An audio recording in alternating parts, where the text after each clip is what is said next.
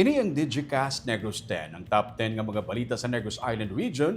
Ang amo ni gadulong sa inyo kagyari natin nga mga top stories of the day. Today is January 15, 2026, ang unang payday sining 2026.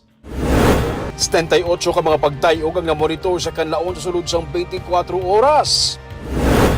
Bagyo Ada mangin malapit sa Eastern kag Northern Samar sa Biyernes o kung Sabado nga adlaw. Estonian vlogger sa Dumaguete City, ginapa-deport. 37 ka mga pamalay sa Barangay 2 sa Bacolod City, gin-demolish. Kag sa good vibes, pinagi sa pagbuligay sa pumuluyo kang gobyerno, limuan sang temporaryo nga alagyan para makatabok sa suba ang mga pumuluyo. Inatanan sa Digicast Negros X.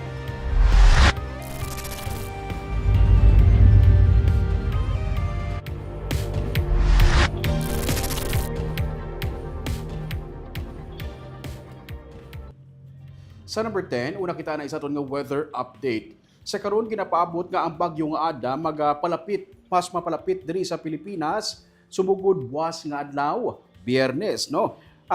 May mga probinsya sa gihapon nga napaidalom sa tropical cyclone wind signal number 1 ini nga mga areas nga mga probinsya amo ning yara sa color blue. Ini ari sa ang Northern Samar, Eastern Samar, Sorsogon, Catanduanes, Dinagat Island, Surigao del Norte, Surigao del Sur. No, ini nga mga areas na napaidalom karon sa gihapon sa tropical cyclone wind signal number 1. As of 4 p.m., ang bagyong Ada ang yara na sa 400 kilometers east sang Surigao City, no? Ari na siya sa east ng Surigao City. Dito sa Subong, sa Surigao City, sa Surigao del Norte. May kabaskugon ini nga 65 kilometers per hour kag may gulpi nga pagbaskugon pang madlos nga tubtob 85 kilometers per hour.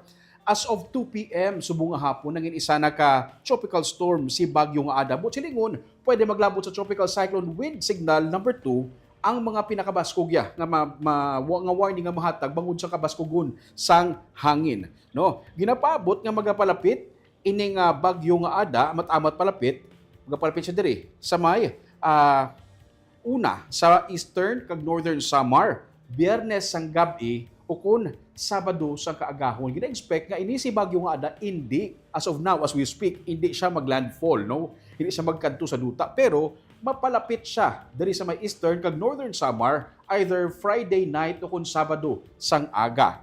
Mapalapit naman ini diri sa may Catanduanes. Sa may Catanduanes nga area, mapalapit naman siya diri sa may Sabado sa gabi o kung Domingo naman sang aga. Hindi makusog ang hangin kadalasan sini nga bagyong Ada pero ginapaabot nga mabaskog nga ulan ang igadala, no? Idalo niya diri sa aton. So gina-expect nga maging mabunok ang pag-ulan sa area sang Caraga, sa Eastern Visayas, sa may Bicol region tub-tub na sa weekend nga adlaw. Diri naman sa Negros, ano ba lamang lakat sa panahon apektado kita? Gina-expect nga by tomorrow, Biyernes nga adlaw, posible mangin maulanon ining northern area sang Negros tub-tub na sa Sabado no sang aga. So expect natin nga may posibilidad nga maging maulanon ang ini nga area nato Northern Negros sumugod Biyernes nga adlaw, buwas nga adlaw, no. Ginabisuan ang tanan nga mangin mabinantayon sa posible nga pagbaha kag landslide bangod sang dala nga ulan sang sini nga bagyo nga Ada. Padayon na nga magtutok suno sa pag-asa sa lakat sa panahon kay base bala may mga changes sa ruta sang bagyo, posible nga mag-idog-idog sa gawa, may landfall nga matabo. Pero as of now, as we speak, kinalantaw sa pag-asa nga wala sa nga matabo nga landfall, ining bagyo nga Ada. So, amo sila mga lakat sa aton nga panahon, whether we like it or not.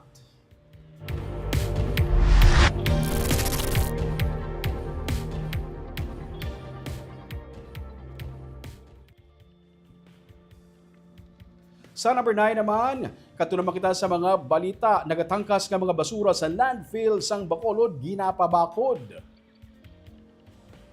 Ginapatigayon ng sloping kag benching work sa cell number 4 sa sanitary landfill sa Barangay Felisa sa Bacolod City agud malikawan ang posible nga pagkatiphag sini. Suno kay I-Swims Operations Manager Mario Sandil, padayon ang ilang ginahimo karon nga slope protection agud malikawan ang posible nga pagkatiphag sang landfill parehas na lamang sa natabo dito sa Cebu. Ginpahayag pa ni Sandil nga ila ginatadlong subong ang mga kakulangan nga kag hindi insakto nga mga ginhalinan sa nagdigad nga contractor. Ang I-Swims amo ang bago nga garbage contractor sa Bacolod City. 110 million pesos ang ginaprubahan nga pondo para sa management, operation kag maintenance sa Bacolod City Sanitary Landfill samtang masobra naman sa 65 billion pesos ang ginaprubahan nga budget para sa construction sang cell number 5 nga amo naman asa amuman nga sanitary landfill sang syudad.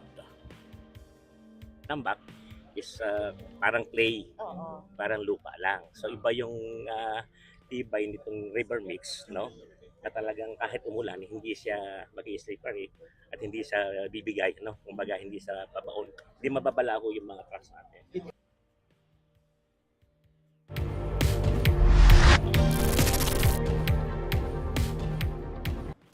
Sa number 8, kandila ang ginatudlong nga rason kung nga nagluntad ang isa ka sunog sa Bacolod City, subong adlaw. Totally destroyed ang isa ka balay sa pudok paghigugma barangay Alihi sa Bacolod City matapos ginlamon sang kalayo sining udto. Sa interview sa media sa tag-iya sang balay nga si alias Lady, pareho sila nga nagaobra sang iya nga mister kag ila gindala ang ilang nga bata gani wala sang tawo ang ilang nga balay. May nabilin ang pamilya nga vigil candle sa sulod sang baso kag nakatungtong ini sa altar. Ila nga ginsenyan para sa ila amay nga nagtaliwan sang December 27. Maswerte nga wala sang may nasamaran sa sunog. Suno sa Bacolod BFP, madasig nga naglapta ang kalayo bangod himo sa light materials o kung mga bagay nga madasig masunog ang amo nga balay.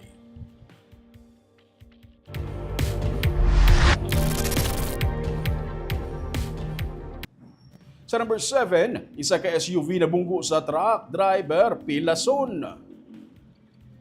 Wasak ang SUV matapos madulaan sa kutsulang driver kag nakabunggo sa truck sa National Highway nga sakop sa Purok Matawhay Bridge, Barangay Biniquil sa Kabangkalan City, Negros Occidental. Bangod sang insidente, nakaangkon sang injury ang 35 anyos ka driver sang SUV. Nagwa sa traffic investigation nga nagasugat anay ang SUV kag ang truck nga ginamaneho sang 32 anyos ka driver. Nag-overtake sa Ceres bus ang SUV apang dulaan sa kontrol ang driver, rason nga nagbalang-balang ini. Nagtingwa nga maglikaw ang driver sa truck apang nakabunggo sa gihapon sa SUV. Gindala o kung nakabunggo sa gihapon ng SUV, gindala ang pilason nga driver sang SUV sa Kabangkalan District Hospital apang ginrefer sa ospital sa Dumaguete City. Maga-deliver kuntani ang truck sa mga karga nga balas sang matabo ang amo nga insidente.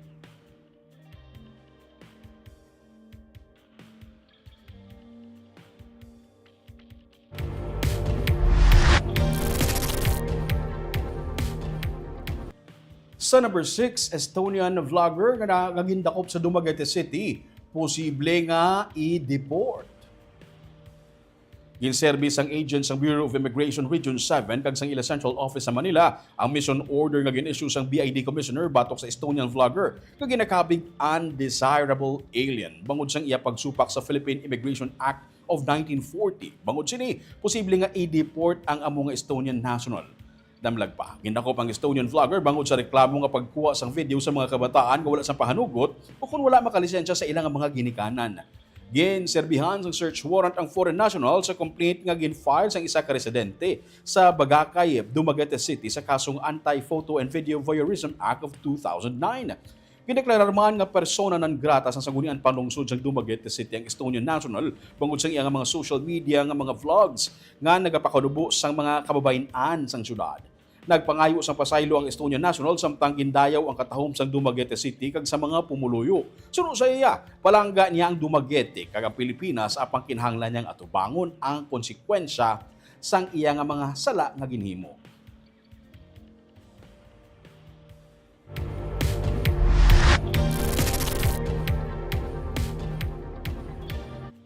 Sa number 5, Sugar Regulatory Administration ang nagklaro nga sila karon ang nagahulat man sang sugar order.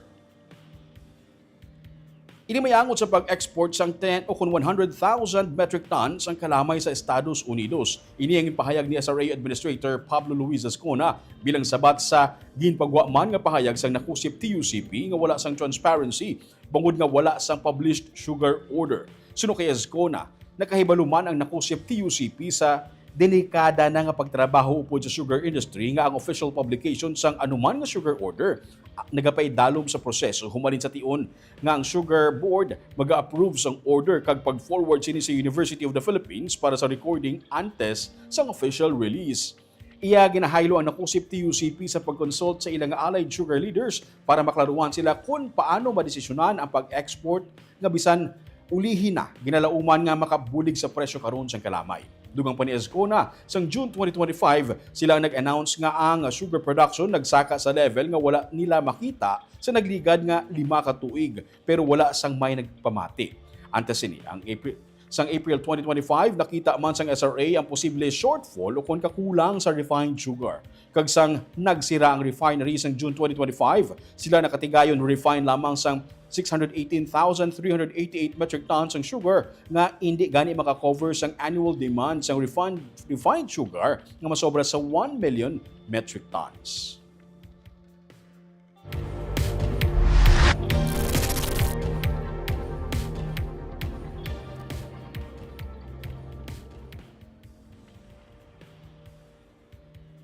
Sa number 4, acquisition para sa mga right-of-way nga madalasa sa pagtukod sang Panay-Guimaras Negros Bridge ang sugura na siningabulan sang Abril. Inisulod sa kay Department of Development Negros Island Region Director Ariseo Casing sa interview sa programa nga Straight to the Point sang DYHB-RMN. Nahuman ang detailed engineering design report ang igasubmit ini sa Economy and Development Council nga ginapamunuan ni President Ferdinand Marcos Jr. para sa dugang evaluation kag approval. Magalawig ini sang 6 ka bulan tubtob 1 ka tuig. Pero sa amuman nga tion, nalakip ang pagpanghanda para sa loan agreement sa Korean funders. Suno kay Kasing, mahimo nga tunga-tunga na sa madason nga tuig, matigayon ang actual nga construction sang Taytay. Pero ang pagsugod sa acquisition sa right-of-way sini nga bulan sang Abril. Ang first section sang PGN o kun ang Panay to Guimaras, ginapaabot nga magalawig sa 5 ka tuig nga construction kag ang section B naman o kun ang Guimaras to Negros magalawig sang 5 tubtob 6 ka tuig suno sa iya. Sa 2028, suno kay Kasing, ginapaabot nga makita ang construction sa mga Taytay nga sa plano simultaneous nga itukod. Ginapaabot nga magabalor sang 320 billion ang loan. The schedule for this will take us to the middle of next year for the actual construction of the bridge. So that is the timeline we have now. However, the road right-of-way acquisition will begin on April of this year. So Okay. DPWH will proceed with acquiring the needed land for the alignment of the bridge.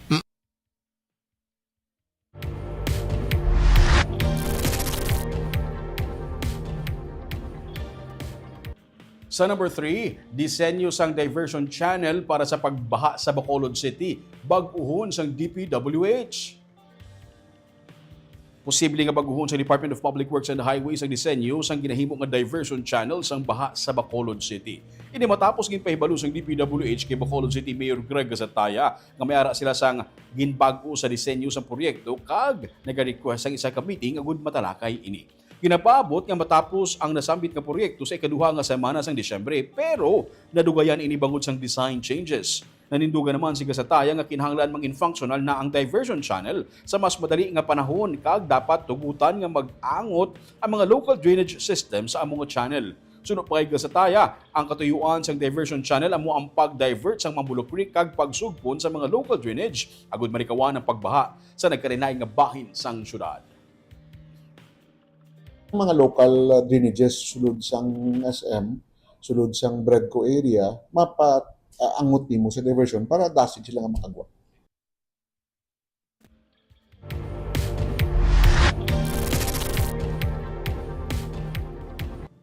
Sa number 2, ginsugura na kay nasang aga sa Bacolod City Legal Office ang pagdemolish ng 37 tanan ka mga balay sa Purok Balinday sa Barangay 2 sa Bacolod City. Sa 37 ka mga balay nga gindemolish, 27 ay nagatindog sa duta sang gobyerno samtang napulo naman ang yara sa pribado nga lote. Tanan nahamtang malapit sa creek. Sunod sa kay Barangay 2 punong Barangay Imelda Banguanga, ang mga tag-iya mismo sa mga pamalay ang nagpangguba sang ilang mga balay kag nanghimos na sa lugar. Rason nga nangin mataway ang ginpatigayon nga demolition. Dugang pa niya nga sa 37 ka mga household nga ginpahalin, 20 diri ang nakabato na sa lugar para sa relocation sa araw Barangay Vista Alegre. Ang napulo naman nga napaslawan bangod sang kulang nga tiniun sa pag-istar sa lugar. Wala sila nag-apply, kag ang iban, diri ang una nga nakabato na nga daan sang salayluhan. Manabidin kita nga 4 nga wala pa matagaan kay na-delay ang ilang papilis. So 16 kagapon ang aton nga gintagaan sa relocation center.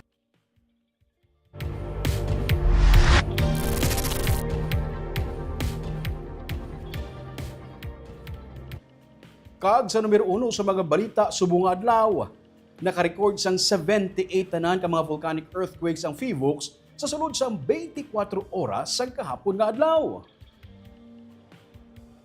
Sunod sa PHIVOLCS, balantayan sa masunod nga mga inadlaw kung magapadayon ini, pero dapat magapabilin nga alerto ang publiko. Patag ni Teresito Bacolcol, ang director ng Philippine Institute of Volcanology and Seismology, ang volcanic earthquakes nagakatabo bangod sa pag-crack sa mga bato sa idalom sa bulkan, bangod sa magmatic intrusion o kung ang pagpangita sang alagyan sang magma. Sunod kay Bacolcol, ang eruption process nagasugod sa mga volcanic tectonic earthquakes kung magsige na nagadangat ini sa mga tremors. Bot silingon, ang volcanic earthquakes ang ginakabig panugod o kung initial stage. Pero ginaklaro niya, tungod lamang ang may pagsaka karon sa volcanic earthquakes, hindi gilayon makasiling nga magalupok na ang bulkan. Rason nga ginabantayan sa PHIVOLCS sa masunod nga mga inadlaw kung bala magasige-sige pa ang kasubong nga sitwasyon. Sa damlag nga advisory nga ginpagwa sa nga among nga ahensya, abiso nila nga posible magdangat ini sa steam-driven o phreatic eruption o kung short-lived weak to moderately explosive eruption. Kaangay na lamang sa natabo kay na nga pagbuga sa bulkan kanlaon humalin 6:37 sang aga tubtub 9:27 AM. Suno ka Bacolcol nga ginakabig nga steam driven. We have to check this if this will be sustained, yung volcano-tectonic earthquakes in the next few days. But vigilant pa rin yung mga tao. Dapat. Kasi we know that the Canlaon volcano is on alert level 2. Titingnan natin to kapag magiging sustained yung pag-increase ng volcano-tectonic earthquakes.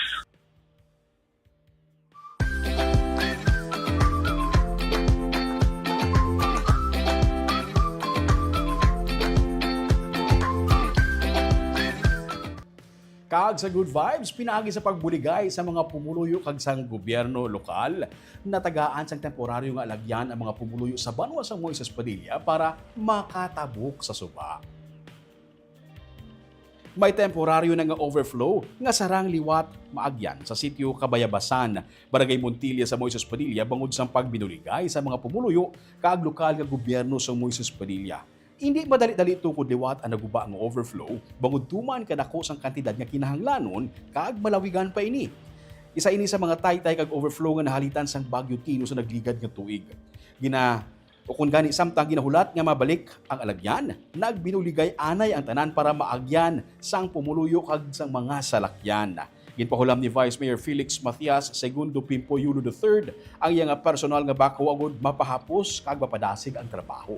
Pero bangod temporaryo lamang ini nga alagyan, ginaabisuhan lang ang mga motorista kag pati na mga pumuluyo nga maghalong lang sa pagtabok kung mabaskog ang ulan. Ang Moises Padilla ang isa sa mga LGU sa Negros Occidental nga lubos nga naapektuhan sa pag-igo sang Bagyo Tino sa probinsya, pero sa karon amat-amat nga nagabangon liwat.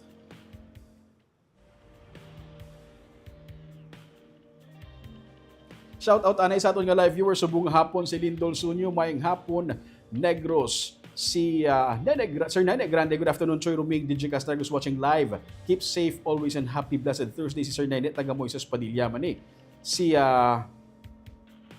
Maria Tiffany Hoover, happy dinagyang festival Iloilo City. Uy, sinulog man sa sining weekend no dra sa may Kabangkalan City kag next week sa Cadiz City dinagsa festival. Si George Pineda Gaspe, good afternoon Digicast Negros watching lang live diri sa may Barangay Tangub, while gaduty subong sa Tinapay Express Bakery. Namit dayan ang hupya.